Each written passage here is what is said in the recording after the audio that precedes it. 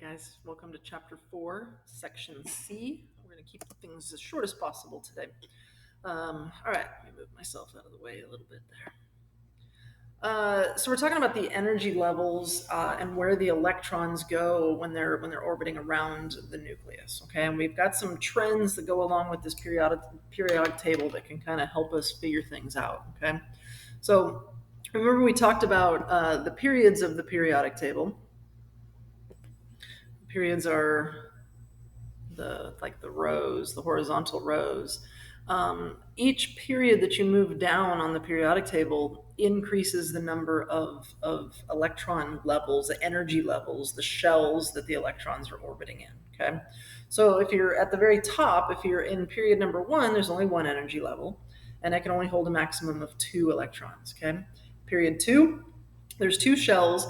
Now we can hold 10 electrons there because we've got 8 on the outer shell and 2 on the inner. Okay, but the actual valence electrons are 8. Okay, period 3, there's 3 shells. Period 4, there's 4 shells, and so on and so on. Each shell can hold a higher number of electrons, and it gets really complicated, and there's these suborbitals, and then we're starting to get into like quantum mechanics. Okay, so we're going to keep things kind of simple for our purposes here. Okay.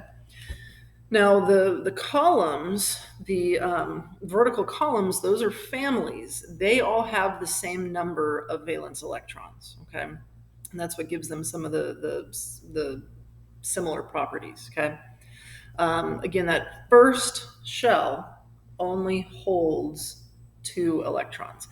These are examples of Bohr models. It tells us that there's 8 protons, so that tells us that it's element number 8, which is oxygen. Okay.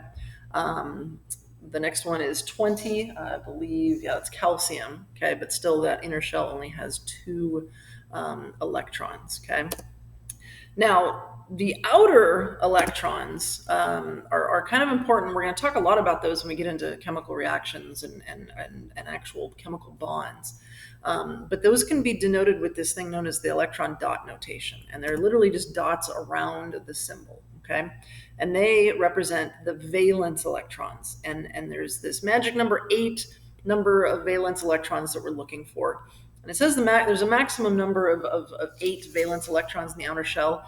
That's true for most of the elements. Okay, some of the stuff that I'm talking about is really for elements 1 through 20. That's like the simple ones that follow the rules. It will be true for some of these higher atomic numbers down here as well. This doesn't work for the transition metals in the middle of the periodic table, though. Okay. So as we move down a group, a family or a group, you can see that each of those elements has the same number of valence electrons. Okay, and it actually coincides with the number. So group 1 has 1 valence electron. Group 2 has 2 valence electrons. Then we skip over to 13. 13 has 3 valence electrons.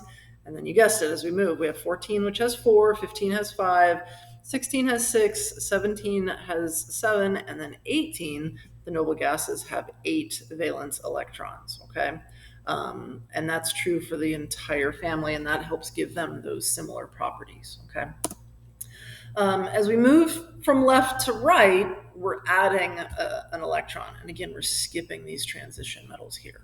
Okay. This gives us some trends as we use this periodic table. Okay, so there's 2 trends.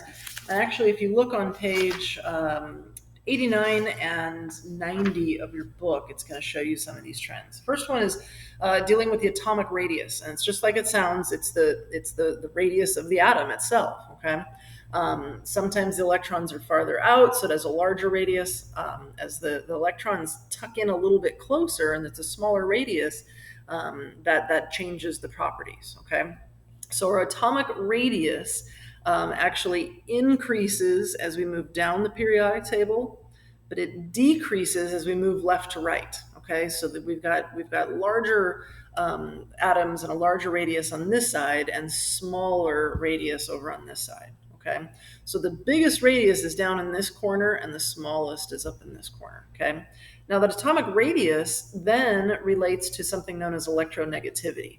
And this is the element's ability to kind of hang on to those electrons. Okay, it wants to keep them with them. The smaller the radius, the easier it is for the element to do that because they're closer.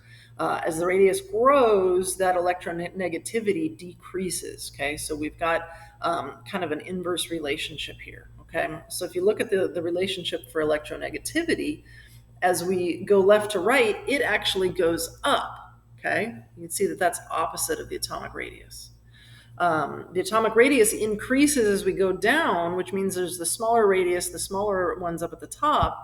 So that's why that electronegativity is going to increase as you go up. The smaller and tighter that radius, the stronger that electronegativity. Okay, and you can see that listed in a good graphic on page 89 and 90. Okay. These are just a couple of additional samples of our Bohr models up on top. Those blue rings are the Bohr models, and then you've got the dot notation underneath. Okay, both of these are iodine. Okay, number 53 is iodine, and if you just look on the outer level of iodine here, you see that there's 7 valence electrons, and so that's why there's 7 dots written around iodine there. Number 11. This is sodium. Again, looking on the outside shell, the outermost energy layer, there's only 1 electron, so there's only 1 dot. Okay. Now we're going to learn that these two things are going to like each other because we want that magic number 8. But that's a different chapter. Okay. That's all for now. Bye.